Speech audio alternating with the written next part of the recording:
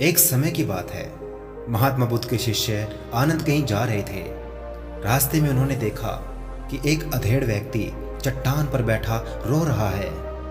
वे उसके पास गए और बोले, क्या बात है वत्स, तुम कौन हो, क्यों रो रहे हो? आनंद की बातें सुनकर उस व्यक्ति की सिसकियां थम गई। वह अपने आंसुओं को पोंछता हुआ बोला, मैं पास के गांव का रहने वाला एक बदनसीब व्यापारी हूँ। मैं जो भी काम करता हूँ वह बिगड़ जाता है। व्यापार के चक्कर में मैंने अपनी पत्नी के गहने गंवा दिए। मैंने अपने परिवार को भी खो दिया है। यहाँ तक कि मेरा घर भी गिरवी पड़ा है। मुझे तो लगता है कि मैं किसी काम का ही नहीं हूँ। मेरी तो किस्मत ही खराब है। उसकी बातें सुनकर आनंद बोले, तुमसे किसने कहा वत्स कि तुम्हारी किस्मत खराब है? जरा मैं भी तो जानूं कि तुम्हारी किस्मत में क्या खराबी है। वह व्यक्ति बोला, पहले मैं खेती करता था, पर हर साल उसमें घाटा होता था। कभी सूखा पड़ जाता तो कभी ज्यादा बारिश के कारण फसल बर्बाद हो जाती। इन सब से परेशान होकर मैंने व्यापार करने का निश्चय किया। मैंने पत्नी के गहने बेचकर व्यापार शुरू किया, लेकिन मेरा व्यापार नहीं चला। शुरू में परिवार वालों ने भी मेरा साथ दिया, लेकिन जैसे जैसे मुझे नुकसान होने लगा, मेरे परिवार वाले भी मुझसे दूर हो गए।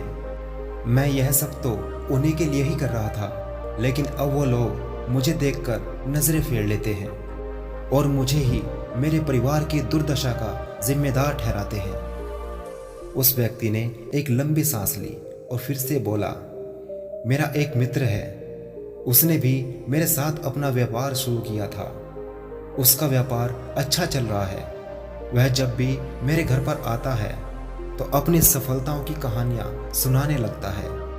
उसकी बातें सुनकर मेरे घर वाले भी मुझसे कहते हैं, उसे देखो और कुछ सीखो उससे।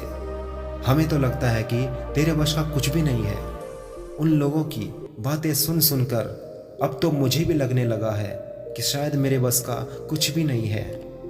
अब तो मुझे भी अपना जीवन पूरी तरह से व्यर्थ लगने लगा है।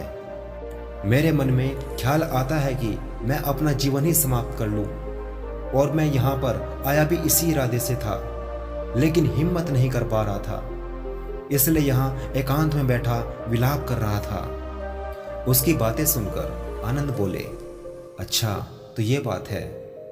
वैसे क्या तुम इसके अलावा कुछ और भी कहना चाहते हो? उनकी बातें सुनकर वह व्यक्ति बोला, एक और मेरा हर काम खराब हो जाता है, और दूसरी ओर मेरा मित्र है जो हर समय मुझे नीचे दिखाने का प्रयत्न करता है। मुझे समझ में नहीं आता कि मैं क्या करूं। आनंद बोले, क्या तुम अपने मित्र की बातें सुनकर दुखी हो जाते हो? हाँ, मैं उसकी बातें सुनकर स्वयं ही दुखी हो जाता हूं। उस व्यक्ति ने जवाब दिया। आनंद ने पूछा, तुम्हें किस बात का दुख होता है? अपने असफल होने का या फिर मित्र के सफल होने का? उनका सवाल सुनकर वह व्यक्ति एक पल के लिए सोच में पड़ गया और फिर बोला, अगर सच कहूं तो मुझे अपने असफल होने का उतना दुख नहीं होता जितना कि मित्र के सफल होने का होता है।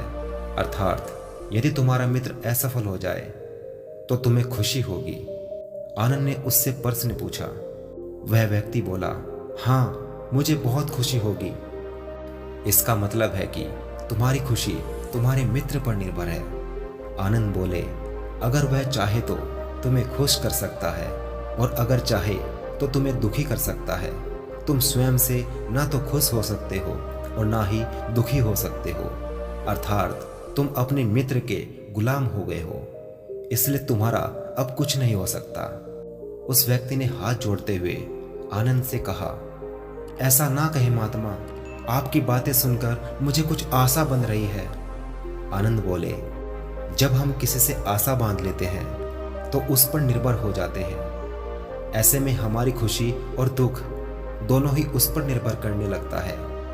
इससे बेहतर है कि तुम अपने आप से आशा बांधो। जब तुम ऐसा करोगे और साथ ही पूरे जत्न से काम करोगे तो तुम्हें सफलता अवश्य प्राप्त होगी। इतना कहते हुए आनंद ने एक पल के लिए उस व्यक्ति की ओर देखा और फिर अपनी बात को आगे बढ़ाते हुए कहा, तुम्हें लगता है कि तुम्हारा मित्र तुम्हें दुखी करने आता है, पर यदि तुम विचार करो तो वह बातें तो सच्ची ही कहता है। वह अपने संघर्ष और अपने अनुभव की बातें कहता है। तुम्हें उन बातों से बहुत कुछ सीखना चाहिए।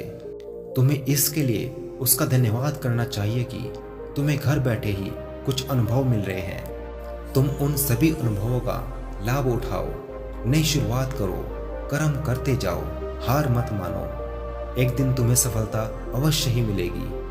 आज तुम जिसे अपना बुरा वक्त या बुरी किस्मत कह रहे हो, एक दिन यह बदल जाएगी। इसी के साथ तुम्हारे विचार भी बदल जाएंगे। और देखना, जब तुम्हारा अच्छा वक्त शुरू होगा तब तुम्हारा मित्र भी तुम्हें अपनी सफलता की कहानियां सुनाना बंद कर देगा।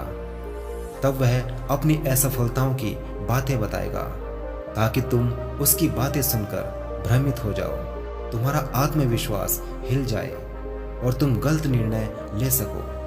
तुम्हारा मित्र जिस तरह आज तुम्हें दुखी करने आता है, उसी तरह उस समय भी वह तुम्हें दुखी करने आएगा, क्योंकि जिस तरह उसे दुखी देखकर तुम्हें मजा आता है, उसी तरह उसे भी तुम्हें दुखी देखने में उतना ही मजा आता है।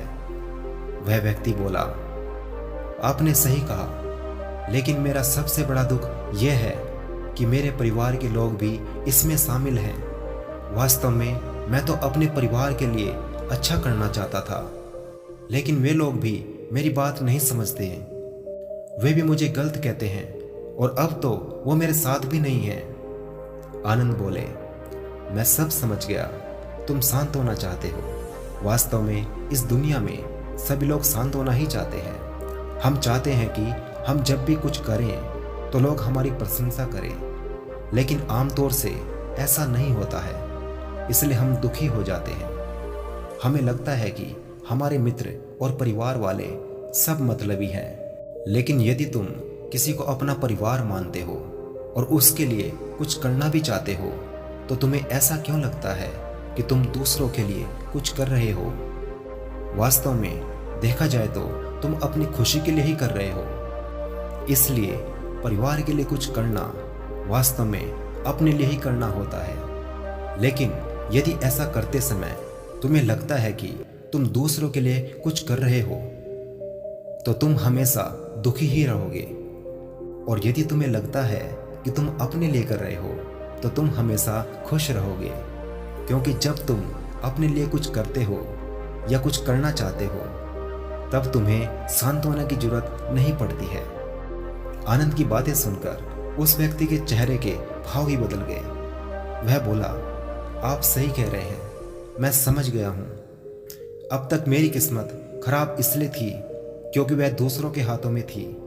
अब मैं अपनी किस्मत को अपने हाथ में रखूंगा। मैं फिर से प्रयत्न करूंगा, पूरे मन से, पूरी लगन से काम करूंगा, और जब तक सफलता नहीं मिल जाती चैन से नहीं बैठूंगा।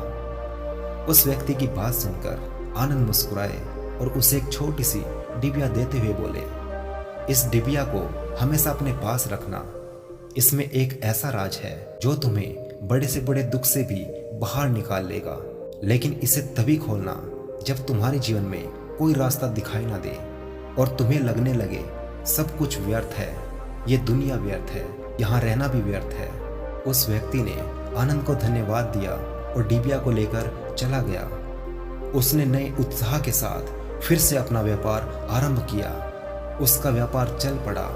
अपनी मेहनत और लगन के बल पर वह एक बहुत बड़ा व्यापारी बन गया। परिवार वाले भी उसके साथ आ गए और उसका जीवन हंसी खुशी बीतने लगा। वह अब पूरी तरह से भूतकाल का रोना छोड़ चुका था। वह भविष्यकाल की भी चिंता नहीं करता था, बस हर समय अपने वर्तमान को संवारने में लगा रहता था। और जो कुछ भी वह करता था अपने लिए करता था, अपनों के लिए करता था, इसलिए वह प्रसन्न था। उसके जीवन में अब कोई दुख नहीं था। लेकिन वो कहते हैं ना कि वक्त हमेशा एक जैसा नहीं रहता, वह बदलता रहता है। उसके जीवन में भी फिर से बदलाव आया। एक दिन उसके राज्य पर पड़ोसी राज्य ने चढ़ाई कर दी। उसने इस राज्य पर अपना कब्जा कर लिया। उसके सैनिकों ने चारों ओर लूटमार मचा दी। उन्होंने व्यापारी का सारा धन लूट लिया। जान बचाने के लिए उसे अपने परिवार वालों के साथ वहां से भागना पड़ा। वह व्यक्ति अपने परिवार के साथ कई दिनों तक इधर उधर भटकता रहा। वह दाने दाने को मोहताज हो गया। ऐसे में उसे एक बार फिर से निराशा ने पूरी तरह से घेर लिया। उसे अब लगने लगा उसका जीवन व्यर्थ है, सारी दुनिया व्यर्थ है, किसी की बात का कोई मतलब नहीं है। भले ही आप जीवन में कितना भी कुछ कर लो, कितनी भी सफलता हासिल कर लो, पर अंततः यह जीवन समाप्त होता है। तो फिर ऐसे में जीवित रहने का क्या फायदा? इससे तो अच्छा है कि वह अपना जीवन ही समाप्त कर ले।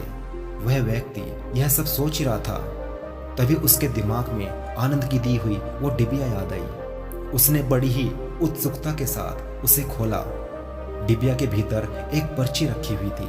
उस पर्ची पर कुछ लिखा हुआ था।